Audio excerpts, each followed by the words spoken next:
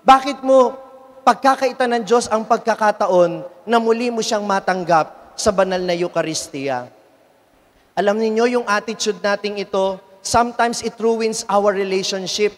Akala natin ang pagmamahal ay tungkol lang sa pagbibigay. Kaya hindi na tayo marunong tumanggap. We won't allow other people to love us. We won't allow people to be generous to us. We won't allow other people to be kind to us. And that's unfair. That is not loving. Sometimes loving is not just about giving. Sometimes loving is about receiving.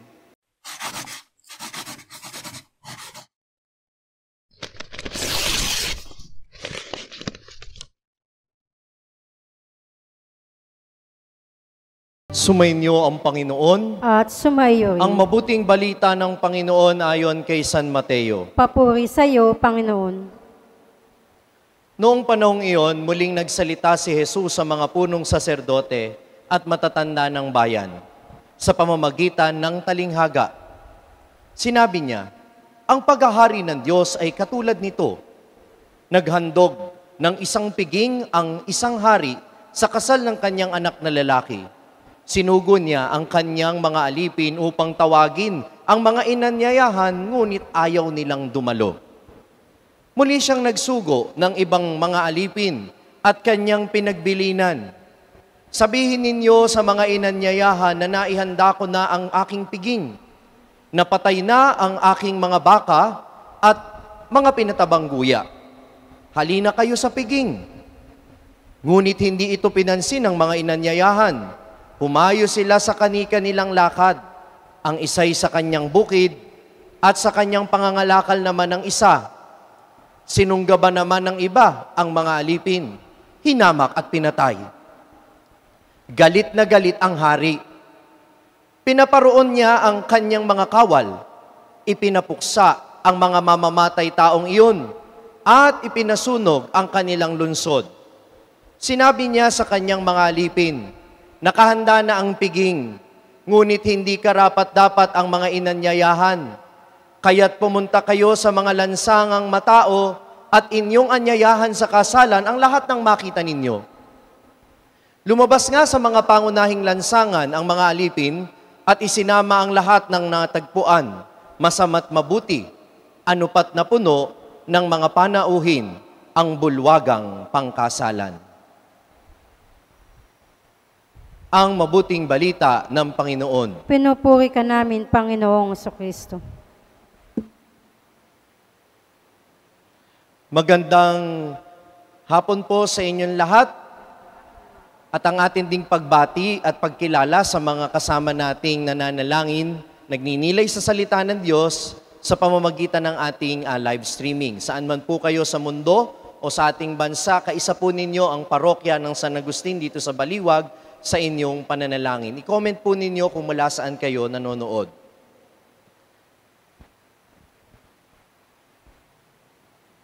Narinig na natin ang kasabihan, at ito'y galing sa banal na kasulatan, na mas mabuti ang magbigay kaysa tumanggap. It is better to give than to... Pero sa araw na ito, hayaan ninyong sabihin ko sa inyo, hindi ka makapagbibigay kung hindi ka marunong tumanggap. Yes, it is important to give than to receive. But nonetheless, receive so that you will learn how to give. Minamahal kong mga kapatid, simple lang naman ang gustong mangyari ng naghanda. Na ang kanyang mga inanyayahan ay tumugon. Natanggapin ng mga taong ito na kanyang inanyayahan ang paanyaya na sila'y makasalo sa piging ng Panginoon. Ang piging po, na narinig din natin sa unang pagbasa, ay nagsasalarawan sa plano ng Diyos na iligtas ang bansang Israel. Kapag po sinabing piging sa matandang tipan, ang ibig sabihin po nito ay yung nagkawatak-watak na mga sambahayan ng Israel ay titipuning muli. Kaya nga po sinasabi sa ating salmong tugunan ngayon na ang Panginoon ay pastol na magtitipon sa atin at dadalhin tayo sa luntiang pastulan. At sa bandang huli ng Salmo, sinasabing, tayo ay dudulog sa templo. At anong ibig sabihin nun? Tayong lahat ay titipunin ng Panginoon sa kanyang piling. Kaya po nung nakaraang linggo, ang ginamit na imahen tungkol sa Israel ay isang ubasan, ngayon naman ay ipinapakita sa atin ang isang kasalan o isang piging, isang bangkete, a banquet. But, alam ninyo, yung banquet, meron niyang modern translation na ginagamit nating pangkaraniwan ngayon. Pagkasalan, saan tayo dumidiretso? Hindi natin tinatawag itong banquet, kundi, anong tawag pagkatapos ng kasalan? Saan tayo pumupunta? Sa reception. At para sa akin, dito natin makikita kung ano ang ibig sabihin ng pagtitipon na itinutukoy ng ating Panginoon. Reception. It is not just about the host receiving the guests. Kaya po reception, pagtanggap, sapagkat dun sa kainang iyon, hindi lang naman tayo nandun para kumain. Nandun tayo upang tanggapin tayo nung ikinasal o nung naghanda, tinatanggap niya yung mga bisita. Tama o mali? Pero, ganun din naman, kapag pumunta ka sa handaan, hindi po pwedeng kakain ka lang. Abay, bumati ka naman sa naghanda, sapagkat hindi lang ikaw ang tinatanggap ng may handa, ikaw na nakikikain, tinatanggap mo rin ang naghanda.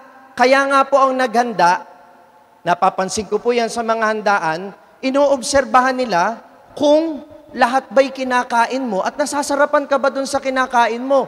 Bakit? Ang pagkain mo ay hindi lang para mabusog ka. Ang pagkain mo ay tanda ng pagtanggap mo sa naghanda. Tama o mali? Sabihin nyo nga, ganun pala yun. I-comment po ninyo para hindi kayo makatulog. Opo, kaya ang tawag dyan ay reception because it is an opportunity for the guest to receive the host and the host to receive the guest. And therefore, it is a mutual exchange.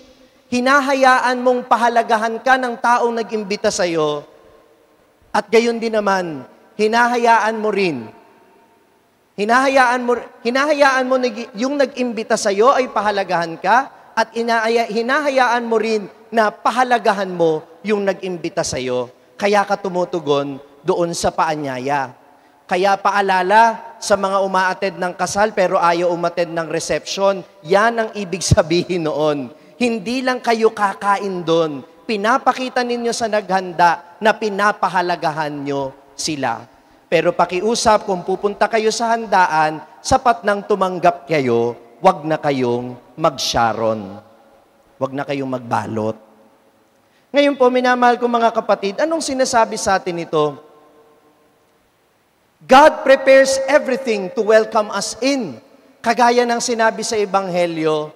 Pero ang tanong, tinatanggap ba natin ang kanyang paanyaya na tayo ay dumulog sa kanya?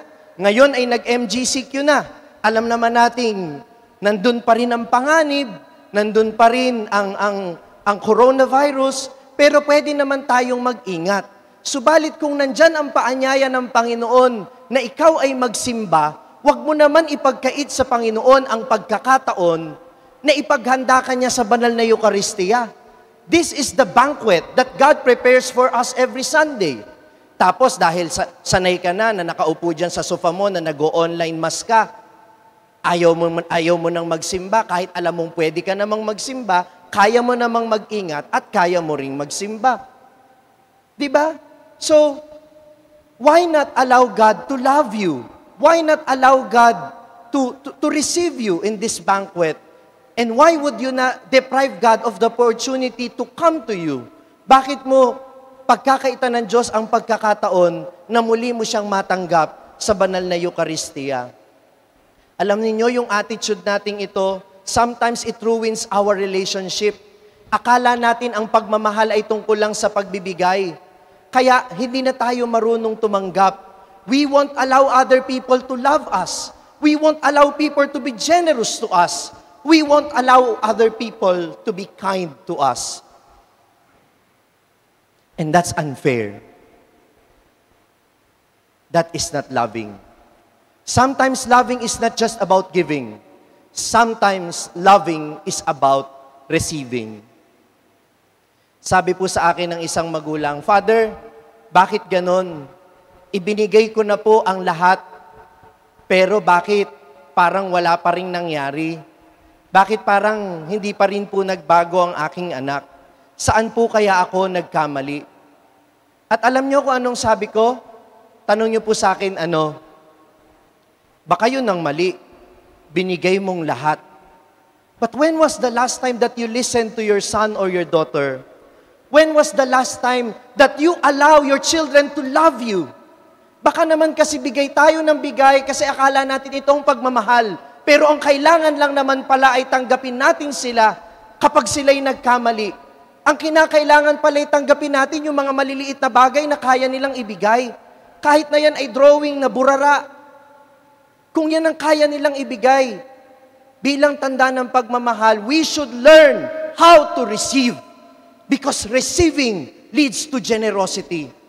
Ang mga taong marunong tumanggap, sila lamang ang mga taong marunong magbigay. Sapagkat ang taong marunong tumanggap, alam ang pangangailangan ng isang taong walang nagbibigay. Nagets po ninyo yon? It is only a person who experienced poverty who can help those in poverty. Kapag hindi mo naranasang mahirapan at mangailangan, kapag hindi ka marunong tumanggap ng mga panahong nangangailangan ka, hindi ka rin magiging sensitibo sa pangangailangan ng mga taong nangangailangan sa paligid mo.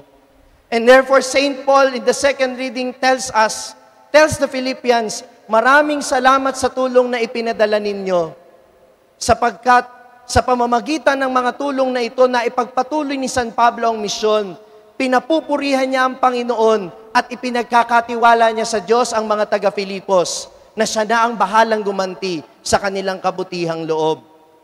See? Kapag marunong kang tumanggap, marunong kang magpasalamat sa Diyos. At pag marunong kang magpasalamat sa Diyos, marunong ka ring magbigay sa kapwa mo kapag sila naman ang nangangailangan. Amen po ba yun? So it is very important to receive as it is important to give. Kaya sana wag nating pagkaitan ng ating kapwa ng pagkakataon na bigyan tayo. Minsan mayabang tayo kaya ayaw nating tumanggap. Bakit naman ako tatanggap, Father? Mayaman naman ako. Bakit naman ako tatanggap, Father? Kayang-kaya ko namang gawin yan. Bakit naman po ako hihingi ng tulong sa mga anak ko? May sarili naman akong pera. Paano kung yun ang pagkakataon ng mga anak mo na